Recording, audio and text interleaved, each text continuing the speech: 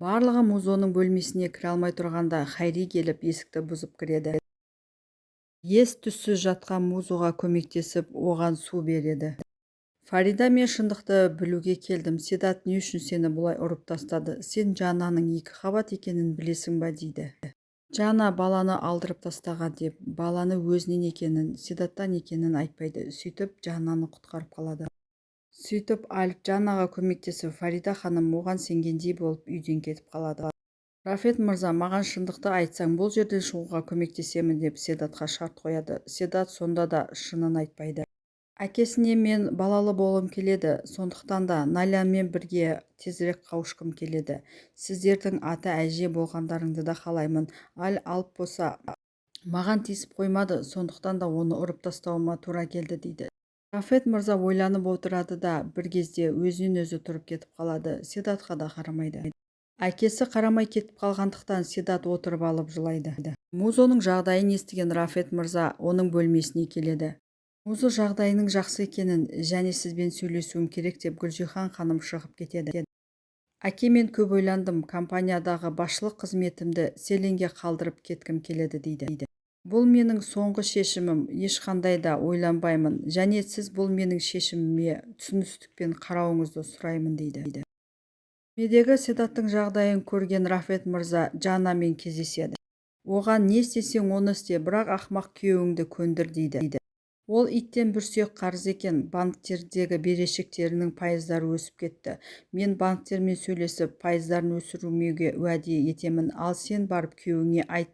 Бірнеше ай мұрсат беремін, барысында қарыздарынан құтылсын, арызын қайтып алып, Седатты бостандыққа жіберсін дейді. Әйтпесе 2 күн жетеді маған, мен оның түбіне жетіп, бұл жерден жоқ қылып жіберемін дейді.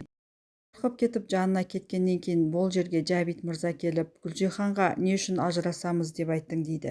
Рафет, сонша жыл сендер мені алдап келдіңдер, екеуің бұрын атастырылған екенсіңдер ғой дейді.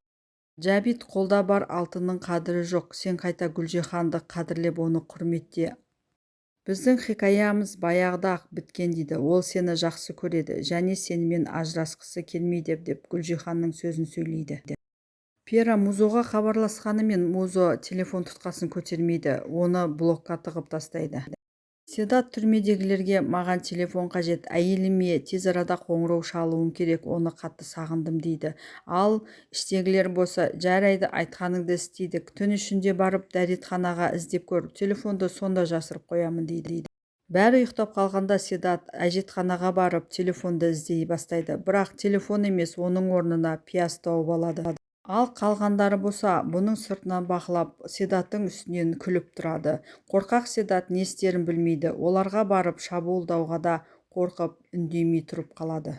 Налян Селенге әңгімелесуге шақырады. Не үшін маған соңғы кездері қатты тиісіп жүрсің деп. Селен айтады, сені ең бірінші көргенде ертегі ханшайымы сияқты көзіме елестедің дейді. Келіп ініме көмектеседі, қол ұшын береді, оны жақсы жолға салады деп ойладым дейді. Бірақ мен қателесіппін, менің ініме емес, сенің өзіңе көмек, сенің өзіңе қолдау керек екен дейді. Інім Альппен төбелесіп, оны полиция алып бара жатқанда, сен қайда едің, Налян? Сен ол жерде жоқ едің ғой, қайда болдың дейді.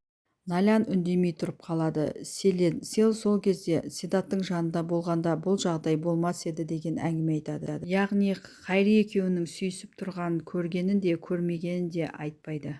Жанна Альфқа Седатты осы қинағаныңда жетер, әке-шешесіз де қайғырып уайымдап жатыр, оны түрмеден шығара ғой дейді.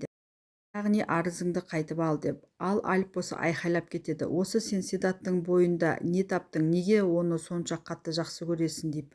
Жанна, тұра тұр, соңына дейін тыңдасай дейді. Сенің елдің бәрінен қарызың бар екен. Егер Седатты түрмеден шығаратын болсаң, онда қарыздарыңды өтеуге көмектесемін дейді. Альф, бұны кімнен естідің деген кезде Жанна, менің не істейтінімді сен қайдан білесің, мен барлығын білемін деп Рафет мырзамен кездескенін айтпайды. Музо бұрынғы қалпына қайта оралады. Ол үйіне музыканттарды шақырып, мына қызға ән айтқызып қояды. Қоңырауларына жауап бермегендіктен Пера Музоның үйіне келеді, бірақ кіруге қорқып қайтадан кері кетіп қалады. Болған жайттерден Гүлжихан ханымның жүйкесі сыр береді. Сөйтіп ол дөндеуге Рафет мырза менімен ажыраспақшы деп айтып жылап қалады. Налян Хайримен сөйлесу үшін оны ертіп келе жатқанда Дөнду келіп қалып, Хайри қоймаға жасырынып қалады. Дөнду Налян ханым не істеп жүрсіз дегенде, Налян да шампуным бітіпті, соны алуға келдім деп қоймаға ол да кіріп кетеді. Сөйтіп Хайриге маған біреу хат жазыпты, оны Селен жазды ма, Селен екеуміз біздің сүйісіп жатқанымызды көрді ма, көрмеді ма, оны да біле алмадым деп айтады. Хайри еш уайымдамайды, өз істеген ісіне өкінбейтінді сияқты. Жарайды, Налян ханым, енді менен не істейсіз, көрмесе көрмеген шығар, оның несіне уайымдайсыз деп бейхам тұра береді. Налян біздің сөйлесіп жатқанымызды ешкім естіп қоймасын деп қойманың есігін кілттеп қояды. Альп арызын қайтып алып, Седатты түрмеден босатады. Ол ешкімге айтпастан үйіне келеді. Барлығы оны көріп қуанып кетеді. Отбасымен қайта қуанышқан Седат қуанып бәрімен амандасып жатады. Әкесімен амандасып оған рахметін айтады. Рафет мырза іштей ырза болса да ешкімге білдіртпейді. Налян қайда депНалянды іздеп кетеді. Дөнду Налян ханым қоймада еді деп Седат сонда барады. Ішке кіре алмайды, өйткені Налян іштен кілттеп алған еді. Налян, сен іштесің ба? Мен ғой Седат, аш деген кезде Седаттың даусын естіген Налян қорқып кетеді. Ал Тако болса таң атпастан жұмыстан сұранып кеткен еді, өйткені оның бір кісімен кездесуі бар еді. Межелі уақытта әділгі кісі келіп Такоға бір конвертті ұсынады. Тако конверттің ішін ашып қарайды, сөйтсе ішінде толған ақша екен. Такоға ақшаны ұсынып отырған Альп болады.